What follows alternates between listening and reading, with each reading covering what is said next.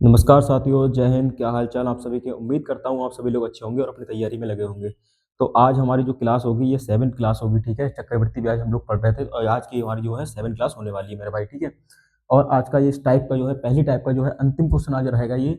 और NTPC CBT 2 यानी 2022 का ये मेंस का प्रीवियस ईयर क्वेश्चन है, ठीक है। तो आइए कर लेते हैं। क्वेश्चन में पूछा क्या गया है मेरे भाई, ठीक है। तो क्वेश्चन में जो है पूछा गया है, ब्याज की गणना जो है हमें वार्षिक चक्रवृद्धि आधार पर करने पर 1 लाख रुपए की राशि पर 20% वार्षिक दर से 3 वर्ष 3 माह में प्राप्त चक्रवृद्धि ब्याज कितना होगा, ठीक है। तो हमें चक्रवृद्धि ब्याज निकालना है, ठीक है। चक्रवृद्धि ब्याज निकालना है। अब जो हमारे पास जो रेट ऑफ इंटरेस्ट रहेगा ना, 1 वर्ष का रहेगा। एक हमें जो रेट ऑफ इंटरेस्ट दिया गया है 1 वर्ष के लिए दिया गया है, और जो ब्याज निकालना है हमें वो 3 वर्ष 3 माह का निकालना है, ठीक है। तो आपको ये पता है मेरे भाई, यहाँ से 20% जो है ना 1 वर्ष का है। 1 वर्ष का जो ब्याज रहेगा रेट ऑफ इंटरेस्ट 1 वर्ष का जो रहेगा हमारे पास वो कितना रहेगा 20%। 20% का आपको पता होगा कितना होता है 1/5। 20 का मतलब होता है 1/5, ठीक है। अब हमें निकालना है 3 वर्ष का, ठीक है। 3 वर्ष के लिए देखिए, एक 5 की राशि पर 1 का ब्याज, यानी कि 5 से क्या हो रही है राशि 6 हो रही है। 3 वर्ष के लिए करना है तो 3 बार लिख लीजिए इसको, 5 से 6 हर बार में, हर एक वर्ष में 5 से 6 हो गई, ठीक है। ये कंपाउंड इंटरेस्ट में, ठीक है। अब ये 3 माह है ना हमारे पास। अब देखिए यहाँ से ये 20% जो रहेगा भाई, इसका 3 माह कितना रेट ऑफ इंटरेस्ट मिलेगा भाई, 3 माह है। अब महीने को जब हम ईयर में बदलेंगे तो भाई, क्योंकि ये 1 वर्ष का हमारे पास रेट ऑफ इंटरेस्ट दिया हुआ है, ठीक है। इसको जब आप बदलोगे तो 12 से आपको डिवाइड करना होगा, तो 3 चौक 12 और 4 से 5 बार में, ठीक है। ये 5% निकल आएगा। अब आपको पता है 5% का मतलब क्या होता है, ठीक है। ये 3 माह की वैल्यू है, 1 वर्ष की इतनी थी और 1 वर्ष के हिसाब से 3 वर्षों का हमने निकाल लिया, ठीक है। 3 वर्ष के हिसाब से इतना आ गया ये, ठीक है। रेशियो मेथड से करेंगे सेम। और ये 3 माह का जो है वो इतना आया 5 वर्ष। 5 वर्ष का मतलब होता है 1/20, ठीक है। तो 20 की राशि पर 1 का ब्याज, यानी 20 से कितनी होगी 21 होगी भाई, ठीक है। यही तो है। अब यहाँ से जो हमारा टोटल 3 वर्ष 3 माह का जो ब्याज निकल के आएगा रुपए में, ठीक है, मतलब ये निकल के आएगा रेशो, ठीक है। कितना आएगा 20 से क्या होगी राशि 21 होगी, ठीक है।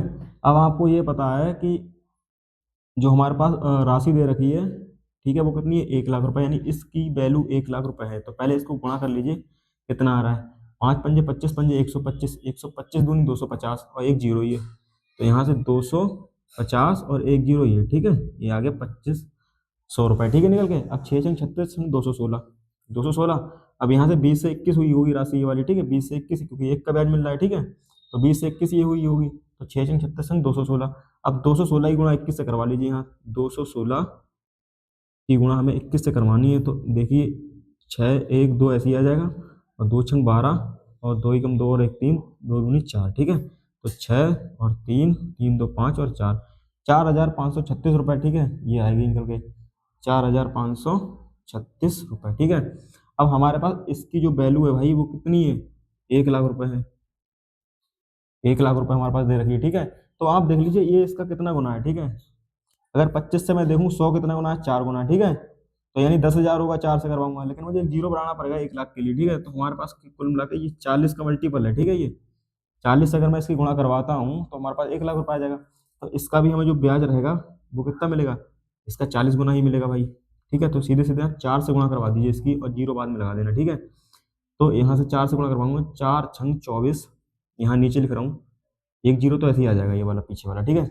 4 से गुणा, 4 छंग 24 का 4 हासिल 2, 4 तियां 12 और 2 14 का 4 हासिल 1, और 4 पंजे 20 और 1 21 का 1 हासिल 2, और 4 चौक 16, 16 और 2 18, ठीक है। तो हमारे पास इतना आ जाएगा निकल के, ठीक है। ये चक्रवृद्धि ब्याज जो कितना आ जाएगा, इतना आ जाएगा निकल के, ठीक है। अब आप देख लीजिए यहाँ से ये इसका वैल्यू आगे निकल के।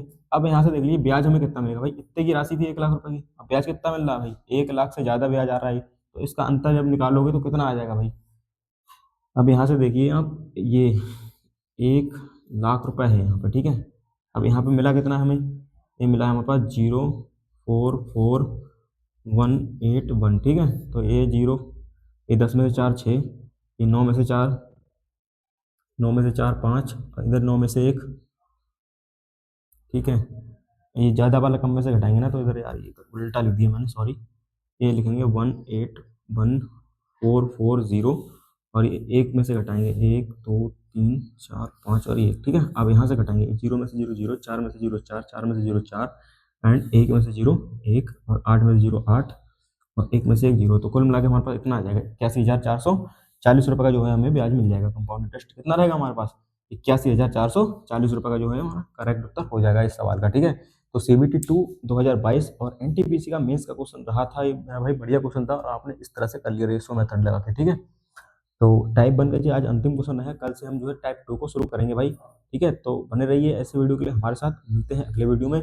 कॉन्सेप्ट से सारी क्लासें करवा रखी हैं और टाइप 1 आज जो है हमारी कंप्लीट हो चुकी है। आप प्लेलिस्ट बनी हुई है, आप उसको जाकर देख लीजिए। ठीक है, बढ़िया से आपको समझ में आ जाएगा। तो मिलते हैं अगले वीडियो में। वीडियो अच्छी लगी हो तो लाइक चैनल को सब्सक्राइब जरूर करें और मिलते हैं अगले वीडियो में मेरे भाई। जय हिंद।